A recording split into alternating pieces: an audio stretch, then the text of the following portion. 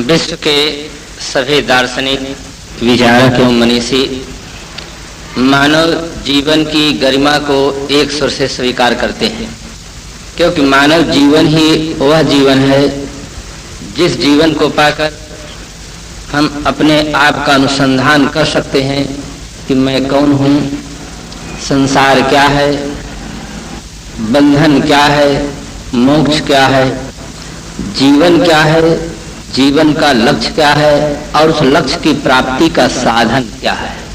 विश्व के सभी प्राणियों को भोजन करने का सौभाग्य प्राप्त है, किंतु भजन करने का, साधना करने का, साधनाशील जीवन जीने का सौभाग्य सिर्फ मनुष्य को प्राप्त है। मनुष्य के अतिरिक्त किसी प्राणी को यह सौभाग्य नहीं प्राप्त है कि वो साधनाशील जीवन जी सके। जीवन दो मूलभूत तत्वों का संगम है, जिसे हम शरीर और आत्मा कहते हैं। शरीर में चेतन की उपस्थिति का नाम जीवन और उसकी अनुपस्थिति का नाम मृत्यु है। जैसे जीवन में दो चीजें हैं, ठीक इसी प्रकार से जीवन में भौतिक और नैतिक दोनों विकास की महती आवश्यकता है। इसी ओर बल देते हुए एक शायर ने बहुत सुंदर लिखा है, केवल गेहूं से भूख मिट सकती नहीं, गुलाब पर ही नजर टिक सकती नहीं, है दोनों की जरूरत इंसान के लिए, एक चक्का से गाड़ी चल सकती नहीं। गेहूं भौतिक विकास का प्रतीक है और गुलाब नैतिक विकास का प्रतीक है। जैसे उड़ने वाले पक्षी के लिए दो पंख का होना आवश्यक है, एक पंख से पक्षी उड़ नहीं सकता है। इसी प्रकार से किसी भी राष्ट्र का विकास राष्ट्रवासियों के नैतिक और भौतिक विकास पर ही निर्भर है। आज आदमी भौतिक विकास की ओर अधिक ध्यान दिया है और उसे संतोषजनक सफलता भी मिली है, किंतु आज के इस वैज्ञानिक युग में, बौद्धिक युग में, आणविक युग में भी मनुष्य का जो नैतिक विकास होना चाहिए वो नहीं हो सका है। आज आदमी का कर्म जगत व्यवस्थित न होने से ही पुलिस प्रशासन की आवश्यकता है। संपूर्ण मानव जगत में भय, संदेह और अविश्वास का वातावरण बना हुआ है। आज आदमी को आदमी से खतरा पैदा हो गया है, आदमी ही आदमी पर संदेह कर रहा है, आदमी ही आदमी को यह कह रहा है कि तुम मंदिर में प्रवेश करोगे तो मंदिर अशुद्ध हो जाएगा। आदमी ही आदमी को यह कह रहा है कि विधवा स्त्री को जीवित रहने का अधिकार नहीं है। आदमी ही आदमी के साथ नफरत करता है, आदमी ही आदमी को मार रहा है। आज संपूर्ण संसार में जो भय, संदेह, अविश्वास, हत्या, भ्रष्टाचार का बाजार गर्म है, इससे ही ये पता चलता है कि मनुष्य का नैतिक विकास जो होना चाहिए था वो नहीं हुआ। इधर आदमी का ध्यान कम गया है। धन का अभाव, बंगले का अभाव, कार का अभाव, पद का अभाव मनुष्य को खटकता है, किंतु हमारे जीवन में नैतिकता का ठीक विकास नहीं हुआ है। इसका अभाव मनुष्य को खटकता ही नहीं। आज एक तरफ हम देखते हैं तो हासिल कितना कमाल इंसान ने किया, अफलाक को पाए माल इंसान ने किया, यह अकल मगर अभी नहीं आई कि क्यों इंसान को तबाह हाल इंसान ने किया। एक तरफ हम देखते हैं तो धरती पर मनः कल्पित स्वर्ग जैसी सुविधाएं प्रदान करने वाला मनुष्य है, और दूसरी तरफ देखते हैं तो आदमी इतना लाचार प्राणी है, कहता है महाराज तंबाकू के बिना हमारा नहीं चल सकता है, बीड़ी, सिगरेट और शराब के बिना हम नहीं रह सकते। एक तरफ उसका बौद्धिक विकास इतना ज्यादा हुआ है कि वो आकाश में उड़ रहा है, और दूसरी तरफ देखते हैं तो धरती पर प्रेम से रहना नहीं सीखा है। विज्ञान ने देश काल की दूरी को कम किया है, किंतु इंसान के बीच की दूरी आज बढ़ती चली जा रही है। ये कितनी दुखद बात है। भौतिक विकास इतना ज्यादा हो गया है कि देश प्रांत की दूरी कम हो गई है।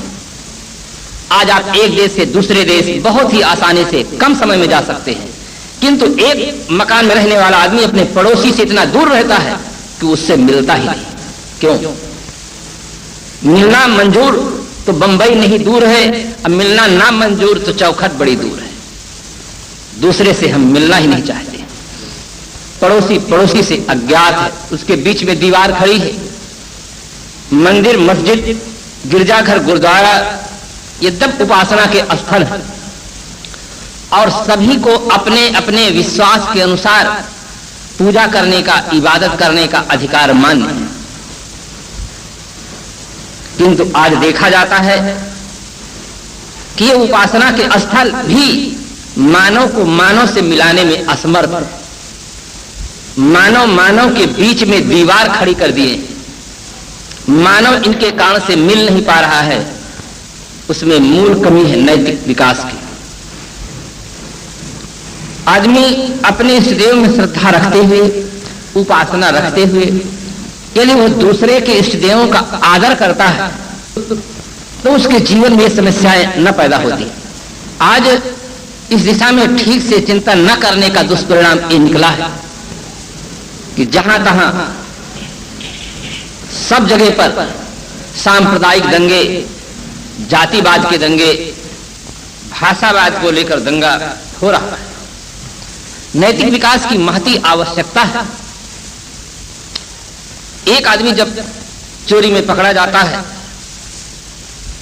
पुलिस उसे दंड देती है तो वह आदमी समाज की दृष्टि से गिर जाता है, तो भी आदमी उसे देखकर प्रेरणा नहीं लेता है कि इन दुष्कर्मों के कारण से ही उनकी यह दुर्दशा हो रही है, तो हमें सावधानी से जीवन जीना चाहिए। एक शायर ने लिखा, जो अश्क इन आंखों से जुदा होता है, मिजगा तलक आया की फना होता है, नजरों से गिरे न कोई किसी की या रब, नजरों से बुरा बहुत बुरा होता है। आज आदमी देखकर भी प्रेरणा नहीं लेता है। आज जगने की आवश्यकता है। हमें ऐसा शरीर मिला है कि आज सचमुच हम जग सकते हैं। संत सम्राट श्री कबीर साहब ने कहा है, जो जागल सो भागल हो रमैया राम, सोवत गैल बिगोय हो रमैया राम। जो जागा वो इन बुराइयों से भागा और जो सोया वो नष्ट हुआ। संपूर्ण संसार में मनुष्य एक ऐसा प्राणी है जो अपने मन को निर्मल बनाकर निर्दोष जीवन जी सकता है। मनुष्य के अंदर यह क्षमता है, परंतु आज व्यवहारिक क्षेत्र में ऐसा कम देखने को मिलता है। लोक प्रसिद्ध कहावत है, जो जागे सो पावे और सोवे सो खोए। इन कहावतों में सार है, जो जगता है वो पाता है, वो सुख पाता है, शांति पाता है, अपने आप को पाता है, और जो सो जाता है वो खो जाता है। सबसे पहले तो अपने आप को ही खोता है। आप कह सकते हैं, महाराज हमें मानव जीवन मिला है, मानव जीवन सर्वतंत्र स्वतंत्र जीवन है, हम चाहे जागे और चाहे न जागे। बात तथ्यपूर्ण है, आप स्वतंत्र अवश्य हैं, परंतु आप याद रखें, यदि आप नहीं जगेंगे तो हानि किसकी होगी? दूसरे की नहीं, खुद की हानि होगी। और नहीं जगेंगे तो कैसा परिणाम उपस्थित होगा? जैसे एक सेठ जी का उदाहरण मुझे स्मरण आता है। मुझे सेठ और पंडित दो के उदाहरण अधिक स्मरण है। तो सेठों के पास धन होता है और पंडितों के पास बुद्धि होती है। और किसी भी समाज के विकास के लिए धन और बुद्धि दोनों की महती आवश्यकता है। सेठ जी के पास गौशाला था, गर्मी का दिन था, दूध बहुत कम होता था, कुल 10 ही किलो दूध होता था। जो नौकर दूध निकालता था वो बहुत चालाक था, 2 किलो दूध अपने लिए निकाल लेता, 8 किलो दूध और 2 किलो पानी मिलाकर सेठ जी के यहाँ दे देता, 10 किलो पूरा कर देता। एक दिन सेठ जी देखे कि दूध बहुत पतला है, फिर हल्का सा विचार उत्पन्न हुआ कि गौ का दूध पतला होता भी, परंतु इतना पतला नहीं होता है। मस्तिष्क में संदेह हुआ। उन्होंने मुनीम से कहा, मुनीम जी आप गौशाला की ओर देख रेख रखें सुबह शाम। मुनीम जी सुबह होते ही गौशाला में उपस्थित हुए। नौकर दूध निकाल रहा था, मुनीम जी को आते हुए देखकर नमस्कार किया और मुनीम जी पूछते हैं, कहो हाल चाल क्या है? उसने कहा, हाल चाल बाबू ठीक ही है। कुल 10 किलो दूध होता है, जिसमें 2 किलो मैं अपने लिए निकाल लेता हूं। आज आप आ गए हैं, आप बता दें आपके लिए कितना निकाल दूं, क्योंकि खग जाने खग ही की भाषा, ताते उमा गुप्त कर रखा। एक कर्मचारी अपने पदाधिकारी के बात को, व्यवहार को भली भांति जानता रहता है। मुनीम जी ने कहा, तुम मुझसे निम्न श्रेणी के कर्मचारी हो और तुम अपने लिए 2 किलो निकालते हो, तो मेरे लिए कम से कम 1.5 तो करो, 3 करो, मेरे लिए 3 किलो निकाल दो।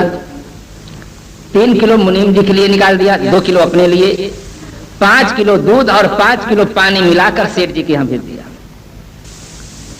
सेठ जी प्रतीक्षा में थे ही कि आज मुनीम जी गए हैं, दूध अच्छा मिलेगा, और देखते हैं कि आज मुनीम जी गए तो दूध और गायब हो गया, आधा दूध आधा पानी है। सेठ जी के मन में एक संदेह था, एक विश्वास था हल्का, कि जो आदमी तनख्वाह कम पाता है वो ईमानदार नहीं होता है। सेठ जी ने सोचा कि हो सकता है ये दोनों व्यक्ति मिल गए हो, साठगांठ कर लिए हो, उसका परिणाम ये उपस्थित हुआ हो। उनके दिमाग में ये भ्रम था कि जो आदमी अधिक पैसा पाता है, अधिक धनवान होता है, वो आदमी ईमानदार होता है। ये केवल भ्रम है। वास्तव में जिस आदमी की विचारधारा परिष्कृत होती है, नैतिक स्तर ठीक होता है, वो आदमी ईमानदार होता है। जिसकी भावनाएं विकृत हो जाती हैं, मान्यताएं एवं धारणाएं विकृत होती हैं, वो आदमी ईमानदार नहीं होता है, चाहे निर्धन हो या धनवान। ईमानदारी धन पर और निर्धनता पर निर्भर नहीं है, वो आदमी के विचार पर निर्भर है, संस्कार पर निर्भर है, मान्यताओं और धारणाओं पर निर्भर। सेठ जी तीसरे दिन मैनेजर साहब को आदेश देते हैं कि सुबह शाम आप गौशाला की ओर देख रेख रखें। तीसरे दिन मैनेजर साहब पहुंच जाते हैं, मुनीम जी बैठे हुए थे, नमस्कार हुआ आपस में। नौकर देखा कि आज मैनेजर साहब भी आ गए हैं, दूध निकाला और मैनेजर साहब को भी नमस्कार किया। मैनेजर साहब ने पूछा, कहो कुशल मंगल क्या है? उनका, बाबू कुशल मंगल ठीक ही है। कुल 10 किलो दूध इस समय होता है, जिसमें 2 किलो मैं अपने लिए निकाल लेता था। मुझ पर संदेह हुआ, मुनीम जी आए, कल मुनीम जी के लिए मैंने 3 किलो निकाल दिया, कल 5 किलो दूध 5 किलो पानी दिया था, मिलाकर 10 किलो पूरा करना है मुझे। साहब आज आप आ गए हैं देख रेख में, आप बता दें आपके लिए कितना निकाल दूं। मैनेजर साहब ने कहा, देखो तुम मुझसे दोनों निम्न श्रेणी के कर्मचारी हो और तुम 2 किलो अपने लिए लेते हो, मुनीम जी के लिए 3 किलो कल निकाले, तो मेरे लिए आज 4 किलो निकाल दो। तो मैनेजर साहब के लिए 4 किलो दूध निकल गया, कुल 9 किलो दूध चला गया। 1 किलो दूध बचा और 1 किलो दूध में 9 किलो पानी मिलाकर 10 किलो पूरा करके सेठ जी के यहां दे दिया। आज लोगों का बौद्धिक विकास बहुत ज्यादा हुआ है। भव्य भवनों का निर्माण किया, कल कारखानों का निर्माण किया, सुंदर सुंदर यंत्रों का निर्माण किया, चंद्रलोक की यात्रा कर रहा है, मंगल ग्रह में जाने की उड़ानें भर रहा है, ये उसका उज्जवल पक्ष है। लेकिन उसका दूसरा भी पहलू है, दूध में पानी मिलाने वाला भी आदमी ही है, घी में डालडा मिलाने वाला भी आदमी ही है, हल्दी में पीली मिट्टी मिलाने वाला और मिर्च में पपीता के बीज मिलाने वाला भी आदमी ही। पहले आदमी दूध बेचता रहा, बहुत दिन के पश्चात लोग दूध में पानी मिलाना सीखे और आज लोग इतना विकास कर लिए कि आज पानी में दूध मिला रहे हैं। दूध में पानी नहीं, पानी में दूध मिलाते। मैं रेलवे स्टेशन पर ये घटना को देखा हूं, तब से मुझे स्मरण हुआ कि लोग पहले नल के पास ले जाकर पात्र में पानी भरते हैं, तब ऊपर से थोड़ा सा दूध डालकर फेंट कर देखते हैं अभी कितना सफेद है। यही स्थिति वहां हुई। जब सेठ जी के पास दूध लेकर वो आदमी गया तो सेठ जी तो एकदम आश्चर्य में डूब गए कि जैसे जैसे कर्मचारी को मैं बढ़ाया, दूध घटता ही गया। आज तो केवल सफेदी रह गई है, दूध नहीं है। सेठ जी ने कहा, अब कोई उपाय नहीं।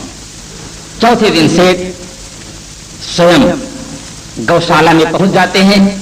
मुनीम जी भी बैठे हुए थे, मैनेजर साहब बैठे हुए थे, नौकर दूध निकाल रहा था।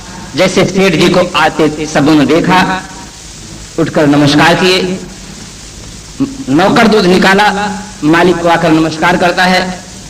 सेठ जी ने कहा, कहो क्या हालचाल है? उनका, मालिक हालचाल बिल्कुल ठीक ही है, गर्मी का दिन है, इस समय दूध कम होता है, कुल 10 ही किलो होता है। आज आप स्वयं पहुंच गए हैं, इसलिए 10 का 10 पूरा दूध आप ले लीजिए।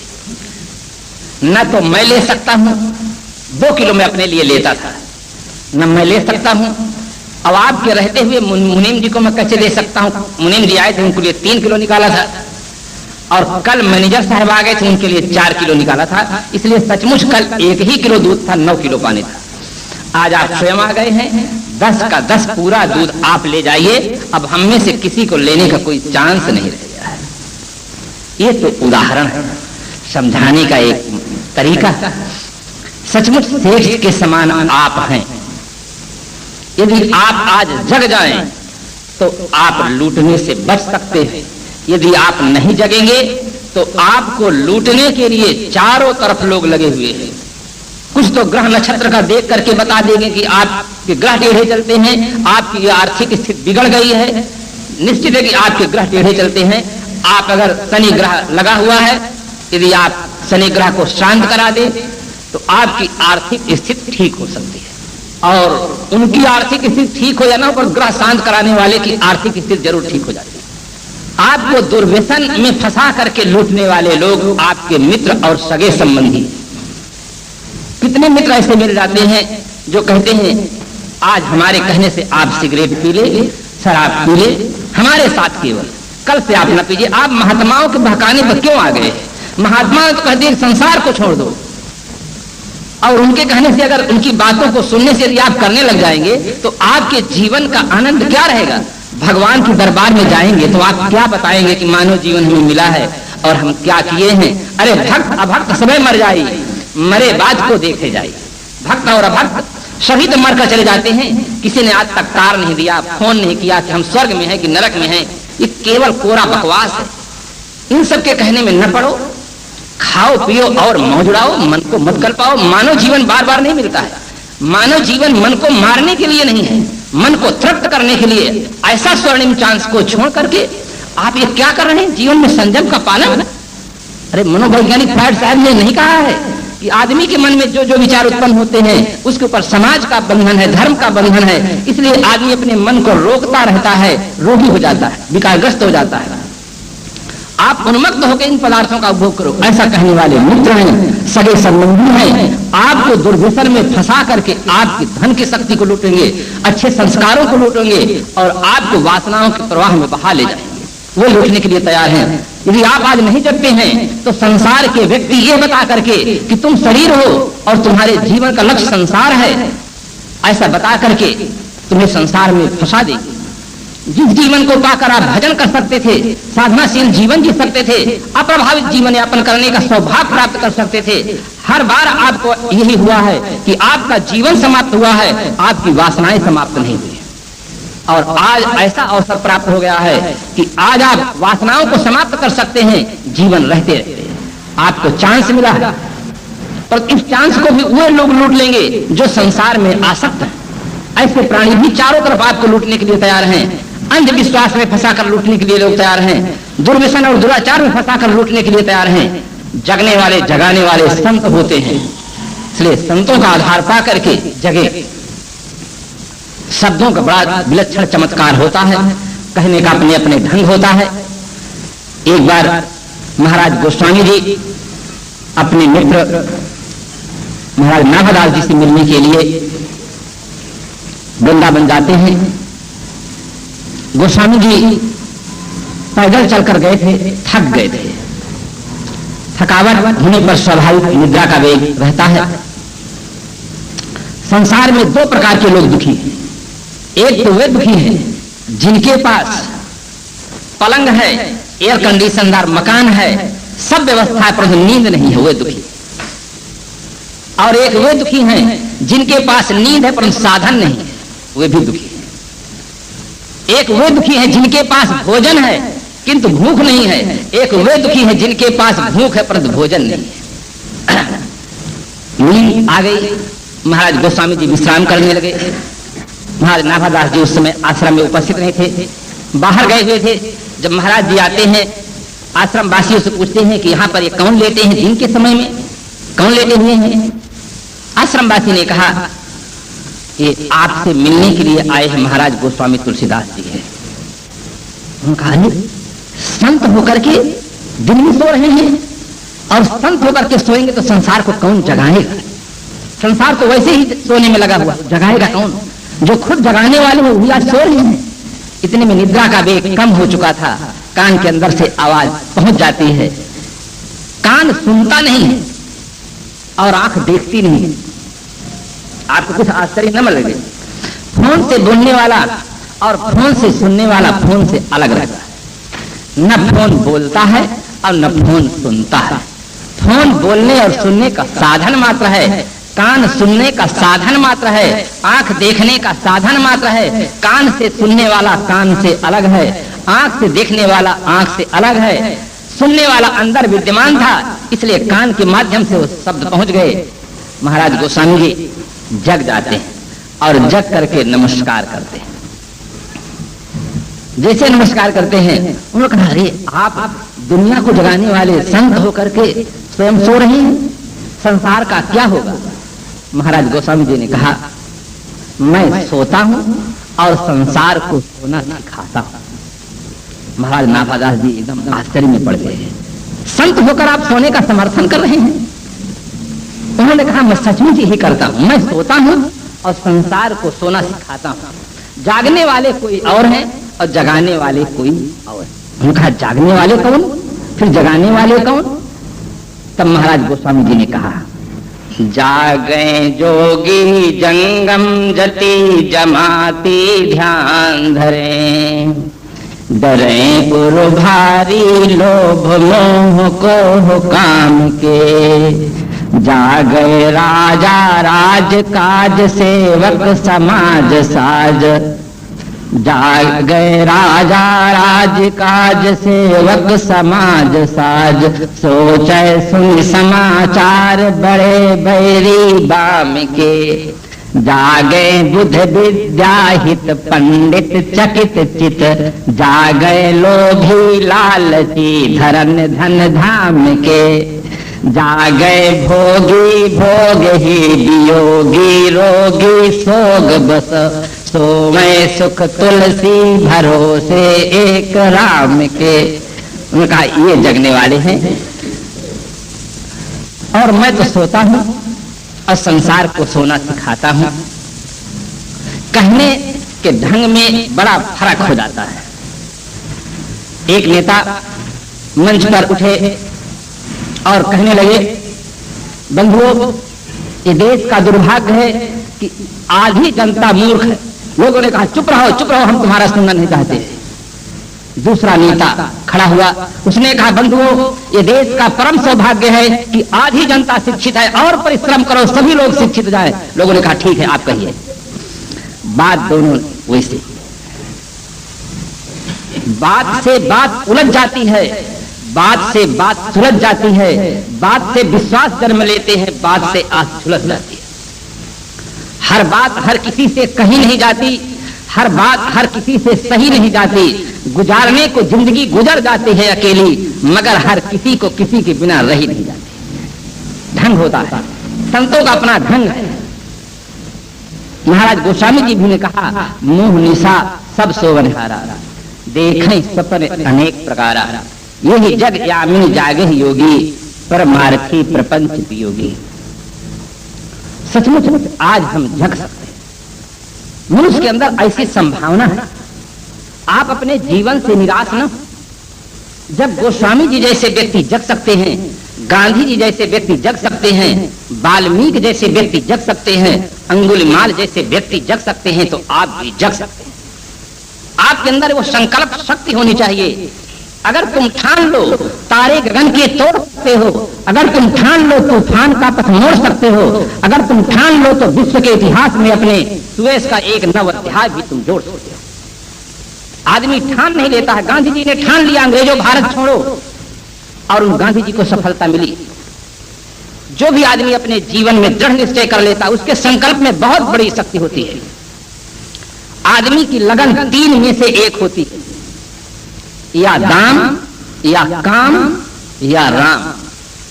तीन में से एक आदमी के अंदर लगन होती है। जो आदमी की लगन दाम में होती है, वो आदमी दाम के लिए रात दिन कठोर परिश्रम करता है। एक सेठ जी का स्मरण आता है। सेठ जी थे, अपने जीवन काल में धन भी खूब कमाए थे, पुण्य कार्य भी किए थे, और जीवन के उत्तर काल में वो संसार की ओर प्रवेश किए और बहुत दुखमय जीवन यापन किए। जब उनका शरीर छूटा, कहानी कहती है कि धर्मराज के दूत आए और उन्हें ले गए। जैसे धर्मराज के सामने धर्मराज ने कहा, सेठ जी तुम्हारे जीवन में पाप और पुण्य दोनों हैं, पाप का फल आपको नरक मिलेगा और पुण्य का फल स्वर्ग मिलेगा, ये बताओ पहले तुम कहां जाना चाहते हो? सेठ जी ने कहा, क्या आप मेरी प्रकृति से अनविज्ञ हैं? मुझे आप अभी नहीं पहचाने हैं? अरे जहां लाख 10 लाख की आमदनी हो वहां मुझे भेज दीजिए।